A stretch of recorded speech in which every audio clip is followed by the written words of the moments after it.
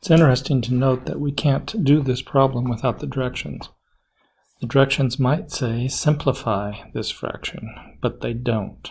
The directions say write down numbers that make this undefined. And the thing that makes a fraction undefined is having a 0 in the denominator. Another way of saying that is dividing by 0 does not lead to a number for an answer.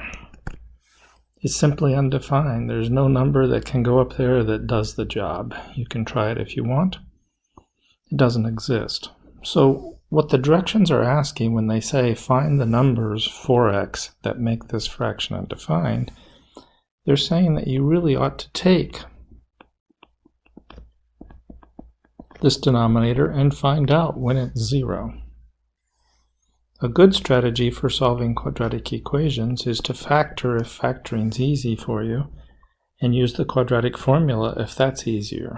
On this particular problem, since 3 is prime, I know it's going to be 3x and x.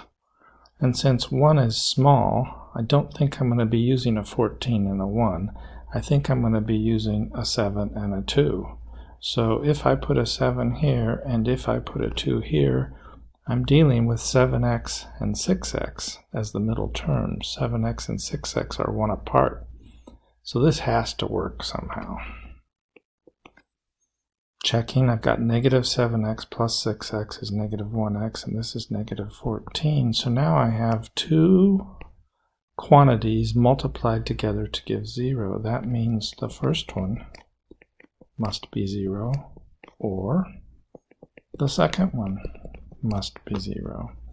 I'll add 7 to both sides here and divide both sides by 3. I don't think in Math 89 we should have to show what we did, so I'm just going to go ahead and divide both sides by 3 this way.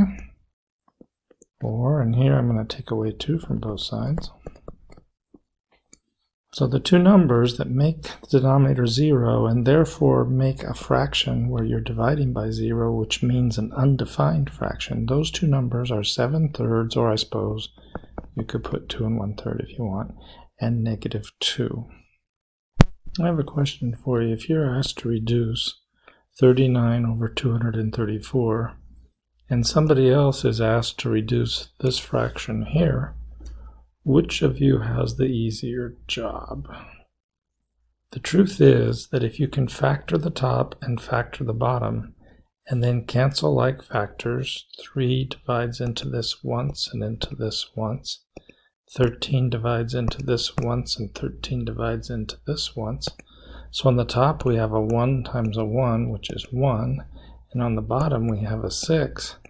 This cancels or reduces to 1/6, therefore this does too, because 3 times 13 is the prime factorization of 39, and 2 times 3 times 3 times 13 is the prime factorization of 234. So a very slick way to reduce a hard-to-reduce fraction is to factor the top and the bottom completely, cancel like factors, and be done. The reason we don't teach this as often as we should is people have trouble doing prime factorization. Now over here in the world of algebra, when you're asked to simplify or reduce this fraction, you must follow this plan. You can't just start letting your eyes do algebra, like this 10 and this 20 may cancel or something like that. You have to factor the top and factor the bottom separately. So let's factor the top. A 5 goes into each of the terms in the numerator. Check my factoring. 5 times 2n is 10n. 5 times 5 is 25. 4 goes into each of these terms in the denominator. So far I'm not very happy. But now I'm getting a little happier because it happens that 2n plus 5 is what's left. 8n plus 20. These are like factors, they cancel, and this whole thing cancels to 5/4. Now incidentally, that has some meaning. This means that this fraction always equals 5/4 no matter what you put in for n, as long as it's defined. If 0's in the denominator, then you got a problem. So if I were to say put in n equals 3,200,000, what does this equal? The answer is 5/4.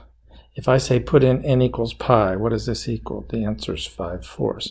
This is telling us that in essence n doesn't matter. The answer is 5/4. So we're going to follow the same plan here. Factor the top and the bottom completely, and then cancel like factors, and then we will have reduced or simplified this fraction. The bottom looks like a difference of two perfect squares, so I'm going to start there. A times a gives me a squared. 3 times 3 gives me 9, but I need a plus and a minus to get the negative 9. Since all these terms are positive, I'm thinking that we're going to have something that looks like this. Since I want some canceling, I imagine that one of them is going to be an a plus 3, otherwise there won't be any canceling. If one of them's a plus 3, this has to be a positive 2 in order to get me 6. So that's my guess. Let's check it. A times a is a squared. 3 times 2 is 6. 3a plus 2a is 5a. It checks. These cancel, and we have a plus 2 over a minus 3. Now I want to remind you of something.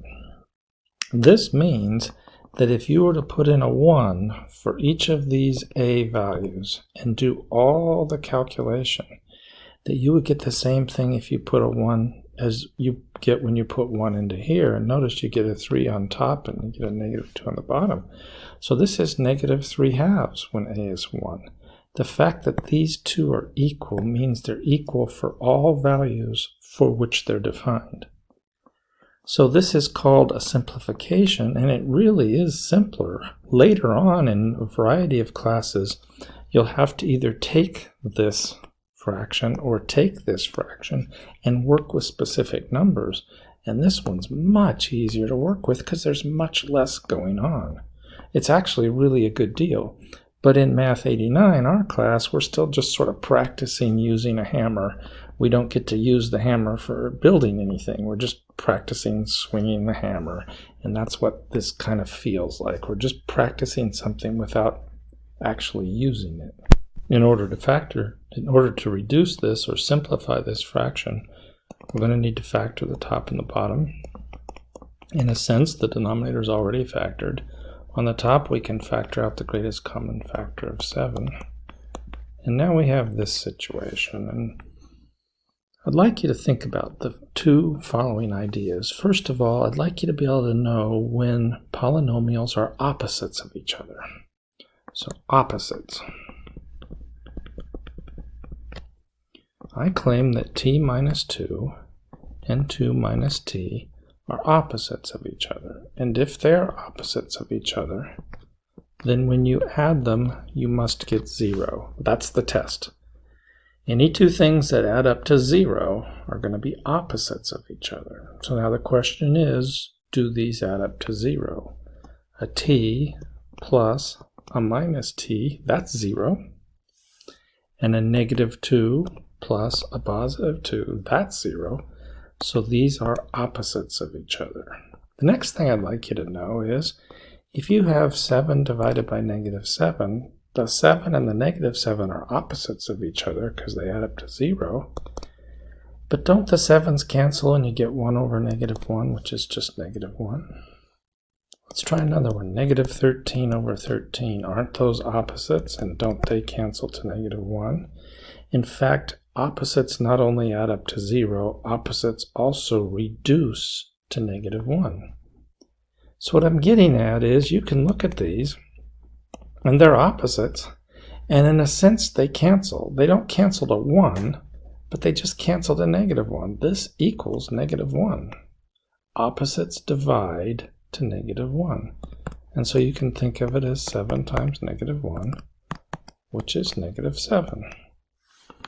That's kind of interesting. It's kind of useful. And if you understand that idea of opposites adding to 0 so that you can identify what are actually opposites of each other, and then the fact that opposites can divide or reduce or cancel to negative 1, you can fly through those last few steps pretty easily and do a really good job.